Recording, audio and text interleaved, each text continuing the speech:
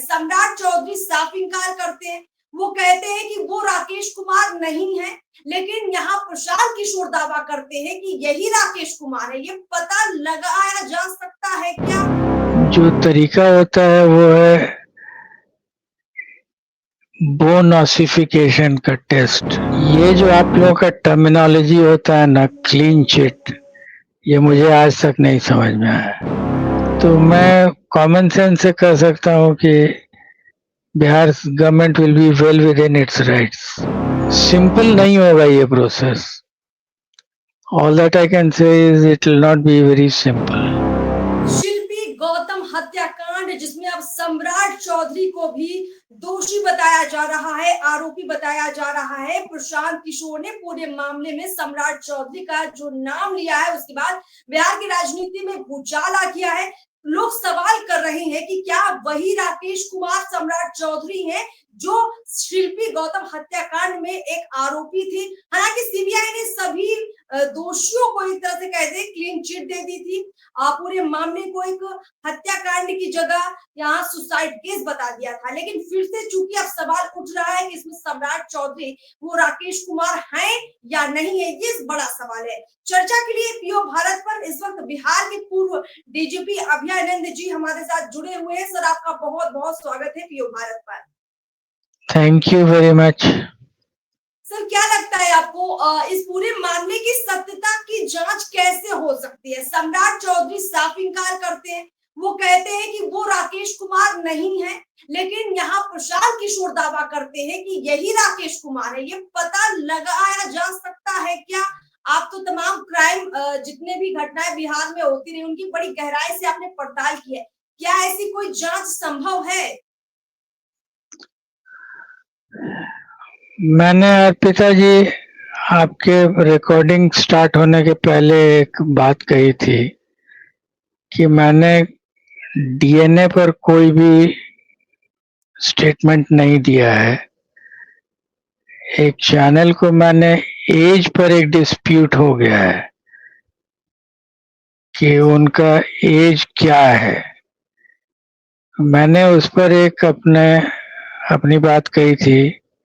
As determination forensic science के area का एक बहुत इम्पोर्टेंट सब्जेक्ट है, और उसमें एक मेथड होता है। जब मान लीजिए कोई स्केलेटन है, उसका भी एज डिटरमिन करना होता है। तो जो तरीका होता है वो है बोन ऑसिफिकेशन का टेस्ट। वो लिविंग बीइंग्स में भी यूज किया जाता है। ऑसिफिकेशन एक प्रोसेस है, वो मैच्योरिटी ऑफ द बोन का एज क्या है, इससे पता चलता है। और ये एक्सरे नॉन इन्वेजिव टेस्ट है, एक्सरे करके निकाल लिया जाता है। मैंने उस पर चर्चा की थी, जो चर्चित हो गया है अभी। बट ये कोई ऐसी चीज नहीं है जो मैं पहली बार बोल रहा हूँ। ऑसिफिकेशन के प्रोसेस को यूज करके एज ऑफ अ इंडिविजुअल का एक ऑर्डर पता चलता है। डेट ऑफ बर्थ तो ऑब्वियसली नहीं पता चलेगा। बिल्कुल अभिनंदन जी, आपने कहा कि बोन टेस्ट के जरिए थोड़ा सा हम उस जांच पर गहराई से जा सकते हैं, जहां जो एज को लेकर, जो उम्र को लेकर सम्राट चौधरी की सवाल खड़े हो रहे हैं कि भाई वो जो उनका डॉक्यूमेंट है उसमें उनकी जो उम्र है वो गलत है। और इसी को लेकर प्रशांत किशोर सवाल भी कर रहे हैं। इसी को लेकर ये भी सवाल उठा कि अपनी उम्र को छुपाने के लिए सम्राट चौधरी ने अपना नाम सम्राट चौधरी से बदलकर, पहले राकेश कुमार था जिसको बदलकर सम्राट चौधरी किया, और अब राकेश कुमार जो उनका पुराना नाम था वही शिल्पी गौतम हत्याकांड में एक आरोपी भी था। अभयानंद सर, पूरे मामले पर थोड़ा चर्चा आपसे करते हैं, क्योंकि बिहार की राजनीति का ये ऐसा मामला है जो लगभग 22 साल बाद फिर से निकलकर सामने आया है और चुनाव नजदीक है। थोड़ा सा हम इस केस की गहराई में जाना चाहते हैं। सीबीआई ने इस पूरे मामले में तो क्लीन चिट दी थी, ऐसा क्यों? और लोग मानते हैं कि नहीं, उनका परिवार भी मानता है कि ये पूरा हत्याकांड था। क्या लगता है आपको, सीबीआई की क्लीन चिट के बाद अभी भी ये मामला क्यों इतना अनसुलझा है? ये जो आप लोगों का टर्मिनोलॉजी होता है ना, क्लीन चिट, ये मुझे आज तक नहीं समझ में आया। वो इतना ही कह सकते हैं कि उनके इन्वेस्टिगेशन में उनको क्या-क्या फैक्ट्स मिले थे और वो facts do they have enough weight जिससे कि चार्जशीट सबमिट किया जा सके। अगर नहीं है तो उसको लोग बोलते हैं एफआर अंडर 173 सीआरपीसी। मैंने काम किया है वहाँ, तो ये क्लीन चिट जिसको आप बोल रहे हैं वो फाइनल रिपोर्ट होता है अंडर 173, जिसमें पूरी कहानी लिख दी जाती है जो भी इन्वेस्टिगेशन में है, और ये अंत में लिखा जाता है कि एविडेंस उतना नहीं है कि इन लोगों को प्रोसिक्यूट किया जा सके। तो प्रश्न ये है कि अगर एविडेंस उतना नहीं है, ठीक है, आपने कहा कि you close the case under 173 CrPC, that's about all. But ये क्लीन चिट की आपको जुडिशरी में होता है ऑनरेबल एक्विटल हो जाता है, लेकिन पुलिस में और एटलीस्ट सीबीआई में ऐसा नहीं होता है कि एजेंसी कहे कि इनको ऑनरेबली एक्विट कर दिया गया है। कुल मिला के कहा जाए कि जो क्लीन चिट है, इसका मतलब ये नहीं है कि अब इस मामले में अगर जांच की जाए दोबारा से, तो ऐसा नहीं है कि इस मामले की नए सिरे से जो है पड़ताल की जाए तो दोषी निकल नहीं आएंगे, क्योंकि कुल मिलाकर जो आरोपी थे इसमें, उनके खिलाफ सबूत भले ना मिले हो, लेकिन कोई तो आरोपी हो सकता है अगर इसकी और तरीके से सीबीआई या फिर कोई और एजेंसी इसकी पड़ताल करती। सीबीआई, आपने ये कहा कि सीबीआई की जो क्लीन चिट है या किसी भी ऐसी एजेंसी की जो क्लीन चिट होती है, वो सिर्फ इसलिए होती है कि उसमें और गहराई से जांच की उनको संभावना नहीं दिखती है, और इसीलिए क्लोजर रिपोर्ट उस पूरे मामले की वो सौंप देती है एजेंसी, जो कि सीबीआई ने किया इस पूरे मामले में 2003 में।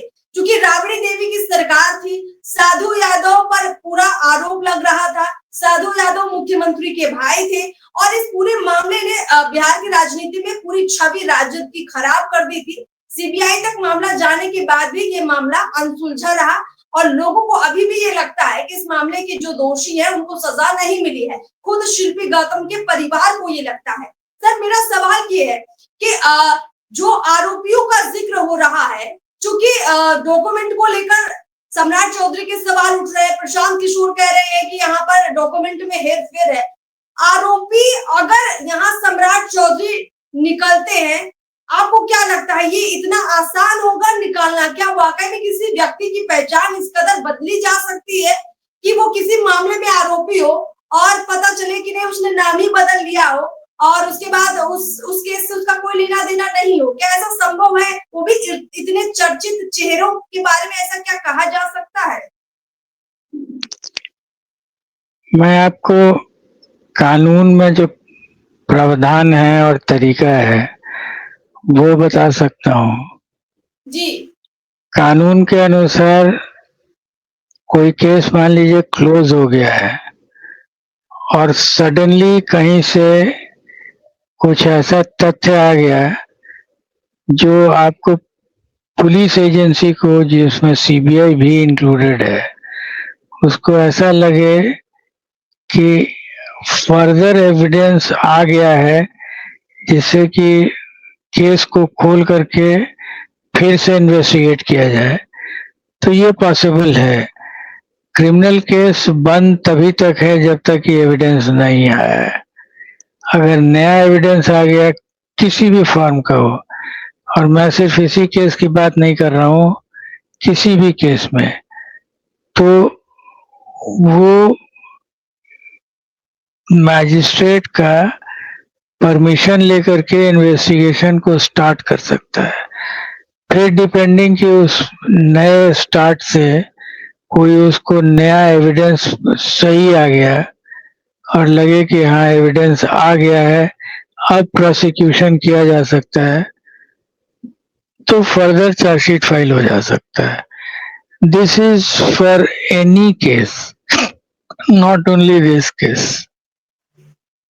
करेक्ट है सर। इस पूरे मामले में प्रशांत किशोर सर दावा कर रहे हैं कि उनके पास बाकायदा सबूत भी है। अब सम्राट चौधरी का दावा ये है कि जिस राकेश कुमार का जिक्र प्रशांत किशोर कर रहे हैं वो हाजीपुर के रहने वाले थे और उनका आइसक्रीम का कुछ बिजनेस था और राकेश कुमार टाइटल चूंकि नाम मिलता जुलता है इसलिए लोगों को लगा या प्रशांत किशोर को लगा कि ये सम्राट चौधरी ही है, लेकिन सम्राट चौधरी इससे इनकार करते हैं। लेकिन प्रशांत किशोर कहते हैं कि मेरे पास सबूत है और इस सबूत के आधार पर मैं बहुत कुछ साबित भी कर सकता हूँ। सर इस पूरे मामले में आपको लगता है क्या स्वतः संज्ञान बिहार सरकार या बिहार का पुलिस विभाग ले सकता है, क्योंकि केस बहुत चर्चित है और लोगों को पुलिस से ही उम्मीदें होती है, सरकार से उम्मीदें होती हैं। सीबीआई को जो जुरिस्डिक्शन आता है इन केसेस में वो एक असेंट दिया जाता है। इस केस में चूंकि कैटेगराइज्ड ऑफेंस नहीं था इसलिए murder was not a categorised offence. तो इस पर्टिकुलर केस के लिए बिहार सरकार ने इसकी अनुमति दी थी। तो आप इसको ऐसे देखिए कि बिहार सरकार अगर किसी केस की अनुमति देती है अनुसंधान का और वो किसी भी स्टेज में लगता है कि ये अनुमति सही ढंग से अनुपालित नहीं हुई है, तो बिहार सरकार जिसने अनुमति दी थी ओरिजिनल जुरिस्डिक्शन तो बिहार सरकार का ही है, बिहार पुलिस का। अगर बिहार पुलिस चाहे कि सीबीआई से हम संतुष्ट नहीं हैं और हमको करना है अपना इन्वेस्टिगेशन, जो फैक्ट्स सीबीआई ने लिया था उसको मिला करके करना है या उस पर कोई नई बात आई है उसको करना है, तो मैं कॉमन सेंस से कह सकता हूँ कि Bihar government will be well within its rights. Correct है सर। कुल मिलाकर ये समझ में अब आता है कि प्रशांत किशोर जो दावा कर रहे हैं कि उनके पास सबूत है, तो वो सबूत अगर वो बिहार पुलिस को दे देंगे तो निश्चित रूप से ये केस दोबारा से ओपन हो सकता है, खुल सकता है और सम्राट चौधरी का नाम है या नहीं है इसकी जांच की जा सकती है। इसके अलावा सीबीआई की जो क्लोजर रिपोर्ट थी, क्लीन चिट रिपोर्ट थी, उस पर भी दोबारा से पड़ताल की जा सकती है कि ये वाकई में हत्याकांड था या सुसाइड केस था। और यहाँ पर जो उनके परिवार की डिमांड है कि अभी हमको जो न्याय नहीं मिला है तो न्याय मिलना चाहिए, उस पर भी कहीं ना कहीं दोबारा से चर्चा शुरू हो सकती है, एक जांच हो सकती है। पूरी न्यायिक प्रक्रिया के दरवाजे अभी भी खुले हुए हैं। सवाल इतना है कि प्रशांत किशोर के पास जो सबूत है वो पुलिस के पास वो जाकर दे सकते हैं। अब चूंकि ये पूरा मामला राजनीतिक है, प्रशांत किशोर क्या करते हैं या सम्राट चौधरी क्या करते हैं ये उनका अपना पक्ष है, लेकिन हमारे दर्शकों को तमाम बातें सर आपने बताई। मैं फाइनल कमेंट पूरी चर्चा में आपका चाहूंगी सर। फाइनल कमेंट क्या है इसमें? Investigation and evidence and trial, फिर लॉ की बात आती है तो थोड़ा सिंपल नहीं होगा ये process. All that I can say is it will not be very simple.